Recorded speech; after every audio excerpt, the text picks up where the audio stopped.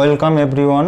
আগের ভিডিওতে আমরা আলোচনা করেছিলাম বেসিক কনসেপ্ট অফ ডেভেলপমেন্ট, আমরা দেখেছিলাম টাইপস অফ ডেভেলপমেন্ট, আমরা দেখেছিলাম basic concept of physical development, cognitive development and social emotional development, সেই সঙ্গে ছোট্ট করে বলেছিলাম গ্রোথ।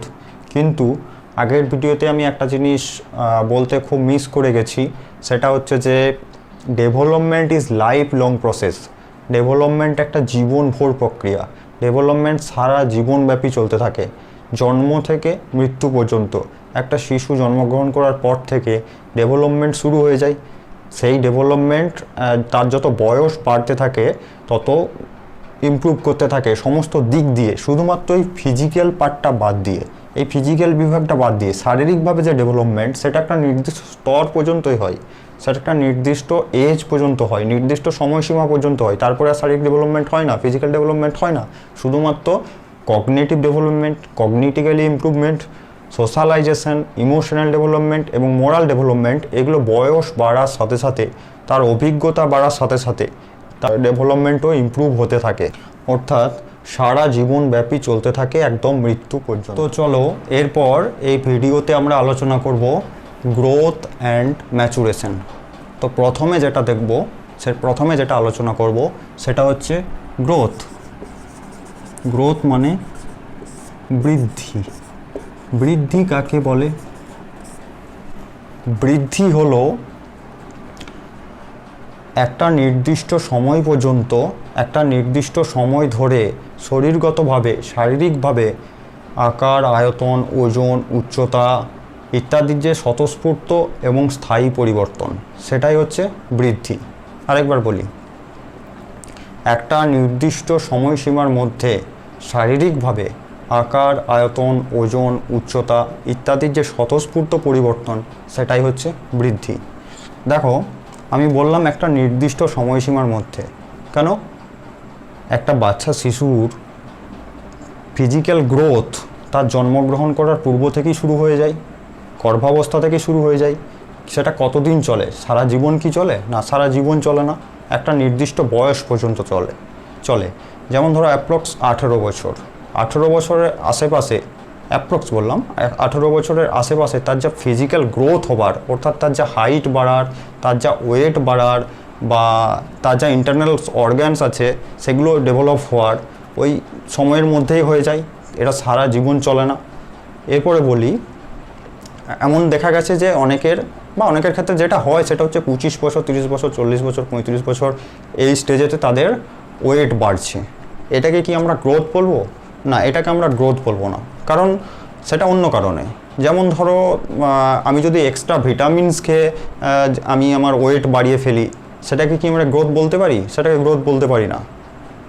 কোনো ডিজিজের কারণে যদি কারো ওয়েট বাড়ে, বা কোনো ডিজিজের কারণে কারো যদি হাইট বাড়ে, সেটাকে কি আমরা গ্রোথ বলবো? সেটাকে গ্রোথ বলবো না। গ্রোথ হচ্ছে সেটাই যেটা স্বতঃস্ফূর্ত পরিবর্তন। স্বতঃস্ফূর্ত পরিবর্তন মানে যেটার জন্য আমাদেরকে কোনো কিছুই করার দরকার নেই, যেটা আপনা হবে, যেটা নিজে নিজে হতে থাকবে।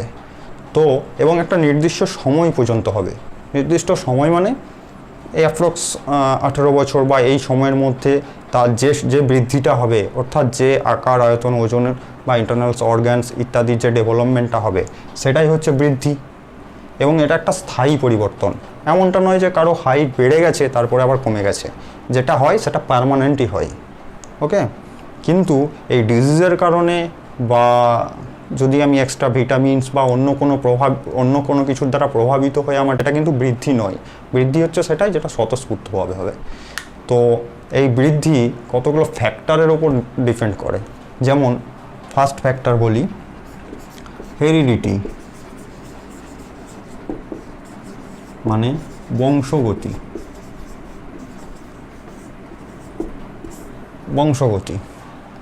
এর বড় চ্যাপ্টার আছে, এটা অন্য ভিডিওতে বা অন্য চ্যাপ্টারেতে আমরা বিস্তারিত আলোচনা করব। এখানে আমরা জেনে নেব যে গ্রোথের ক্ষেত্রে হেরিডিটি একটা ফ্যাক্টর। যেমন ধরো, আমার কতটা হাইট হবে, আমার কতটা ওয়েট হবে, আমি কেমন দেখতে হব, বা আমার স্কিন কালার কেমন হবে, আমার আই কালার কেমন হবে, বা আমার ইন্টেলিজেন্সি কেমন হবে, এই সবগুলো ডিপেন্ড করে আমার বংশগতির উপর, মানে আমার পিতামাতার উপর, আমার পূর্বপুরুষ থেকে পাওয়া জিনগত বৈশিষ্ট্যের উপর। তাই হেরিডিটি একটা গ্রোথের ফ্যাক্টর। নেক্সট ফ্যাক্টর হচ্ছে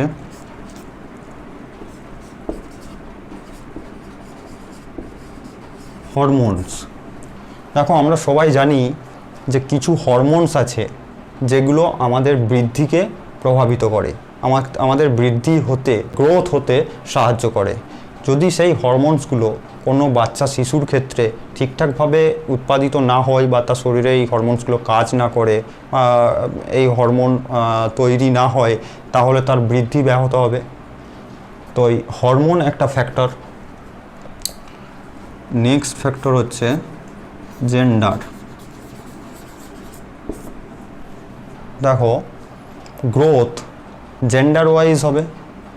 একটা বয় বা একটা বালক, তার জেন্ডার অনুযায়ী তার শারীরিক বৃদ্ধি হবে। একটা বালিকা, তার জেন্ডার অনুযায়ী তার শারীরিক বৃদ্ধি হবে। তাহলে জেন্ডার একটা গ্রোথের ফ্যাক্টর। নেক্সট ফ্যাক্টর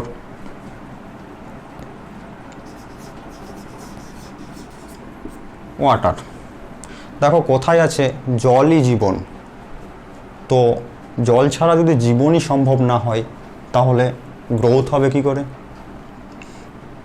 যে এলাকায় পানীয় জলের ব্যবস্থা, যে এলাকায় পানীয় জলের কোয়ালিটি যত ভালো, সেই এলাকাতে সেই এলাকার মানুষজনের মধ্যে ফিজিক্যাল গ্রোথের একটা প্রভাব দেখা গেছে। ঠিক আছে, তাই এটা ওয়াটার একটা গ্রোথের ফ্যাক্টর। নেক্সট ফ্যাক্টর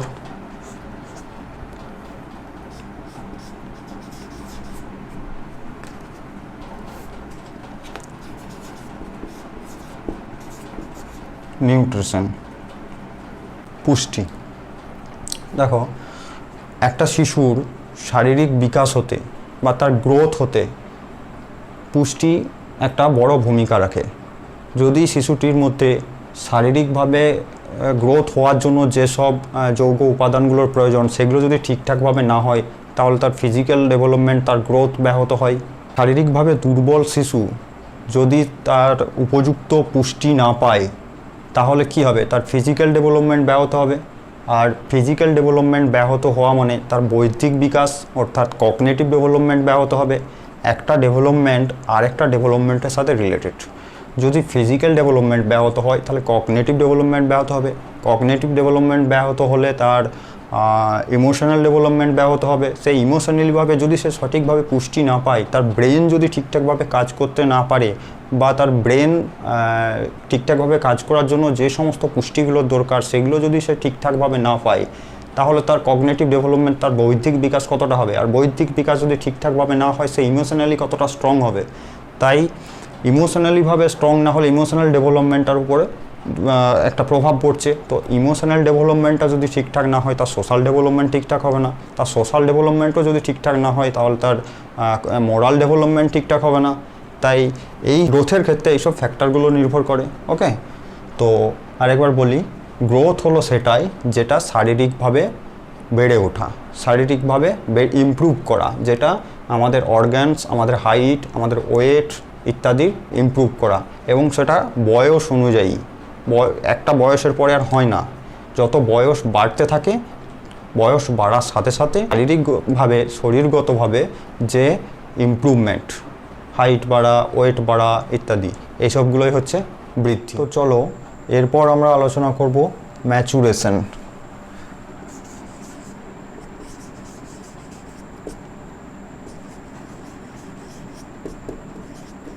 ম্যাচুরেশন মানে পরিণমন।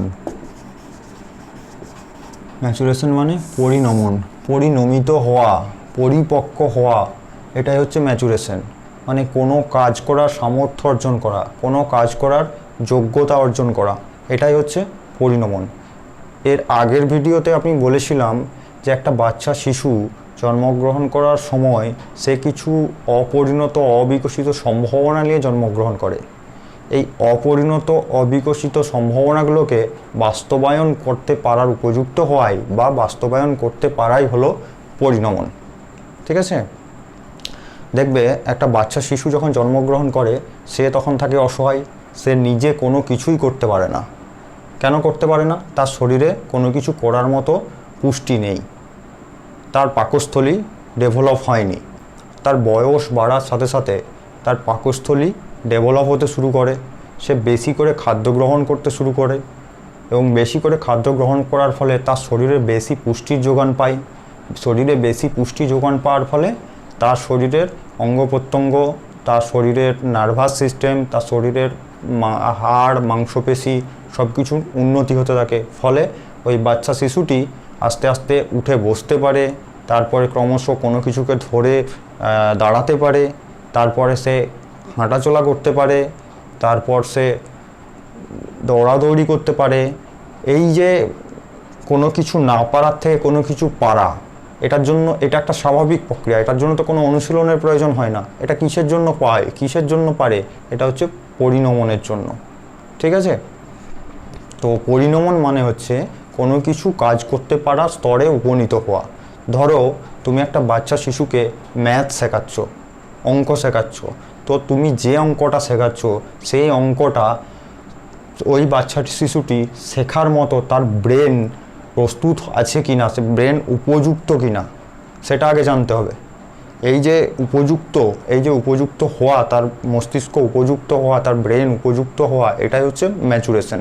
ধরো তুমি একটা 5 মাসের শিশুকে যদি তুমি হাঁটতে শেখাও, সে কি শিখতে পারবে? শিখতে পারবে না। কারণ কি? তার পায়ের পেশি, তার পায়ের হাড়, তার শরীরের ভারটা বহন করার মতো যোগ্যতা অর্জন করেনি, উপযুক্ত হয়নি, তাই সে পারেনি। পরিণমনের ফলে একটা বাচ্চা শিশুর শরীরে কন্ট্রোল ডেভেলপ হয়। দেখবে তোমরা বাচ্চা শিশুর সাইকেল দেখেছো? বাচ্চা শিশুর সাইকেলে দেখবে সামনের চাকা এবং পিছনের চাকা, পিছনের চাকার দুটো সাপোর্টিং হুইল থাকে ছোট ছোট, যেটা কি করে সাইকেলটাকে পড়তে দেয় না, সাইকেলটার ব্যালেন্স বজায় রাখে। তো এটা কেন থাকে? কারণ একটা বাচ্চা শিশু সে সাইকেল চালাবার মতো উপযুক্ত হয়নি, তাই সে সাইকেল চালাতে পারবে না, সেই কারণে ওই সাপোর্টিং হুইল থাকে। তো এই যে কোনো কিছু কাজ করার উপযুক্ত হওয়া, এটাই হচ্ছে পরিণমন। এখানে একটা জিনিস বলে রাখা দরকার, সেটা হচ্ছে motor development, motor skill development. Motor skill ডেভেলপমেন্টটা কি না, এই যে শরীরে পরিণমন, শরীরে কোনো কিছু কাজ করার স্তরে উপযুক্ত হওয়া, ফলে শরীরের মধ্যে একটা কন্ট্রোল ডেভেলপ হওয়া, আর শরীরে কন্ট্রোল ডেভেলপ হওয়া মানেই মোটর স্কিল ডেভেলপমেন্ট। তো আমরা এর পরের ভিডিওতে আলোচনা করব মোটর স্কিল ডেভেলপমেন্ট, আমরা আলোচনা করব ক্যারেক্টারিস্টিক অফ ম্যাচুরেশন, আমরা আরও আলোচনা করব difference between growth and development, আমরা আলোচনা করব principal of growth and development. ঠিক আছে, চলো দেখা হচ্ছে পরের ভিডিওতে।